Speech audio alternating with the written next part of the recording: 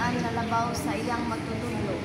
Apan kun ang tinud-an hingpit nang nakatun sa tanang ikatudlo kaniya, mahisama siya sa iyang magtudlo. Nganong nagtan-aw ka man sa puling sa imong isig ka tawo, apan wala mo tagda ang troso diha sa imong mata. Kung saon mo man pag-ingon sa imong isig ka tawo, ambi, ako'y pakuhaa sa imong puling. Nga wala ka man gani pakakita sa troso nga anaa sa imong kaugalingong mata. Tig pakaaron inyon. Kuhaa una ang troso nga anaa sa imong mata, aron makita kapag ayo o makuha mo ang puling sa imong isig ka tawo. Ang maayo nga kahoy, dili mamungag walay pulos nga bunga. Ang masakiton nga kahoy, dili usab mamungag maayong bunga. Ang matag usab ka kahoy, maila sa kaugalingon niyang bunga. Dili ka makapuko o igos gikan sa sampino o ubas gikan sa kadyapa.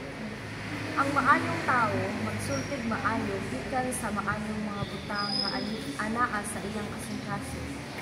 Apan ang tao nga dautan magbuhat og dautan gikan sa mangin-ad nga mga butang nga anaa sa iyang kasing-kasing. Kay kun unsa ang anaa sa kasing-kasing sa tao, mao usab ang iyang isulti.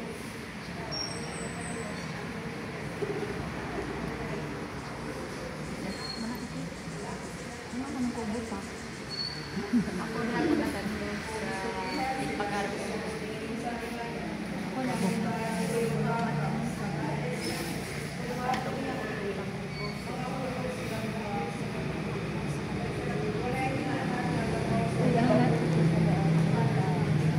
ako natandog sa aga.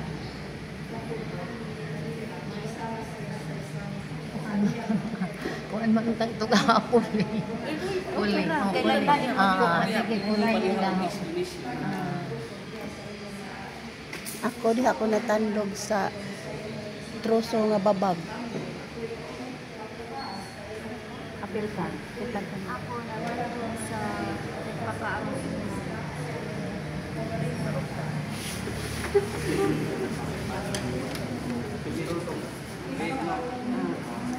So mao to ang hanay sa BEC, kung mag-BEC mao to ang style. So di lang na ko ang tanan ha.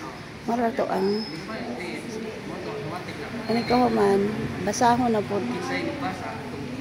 Kaptulo basahon. Damlas bibina.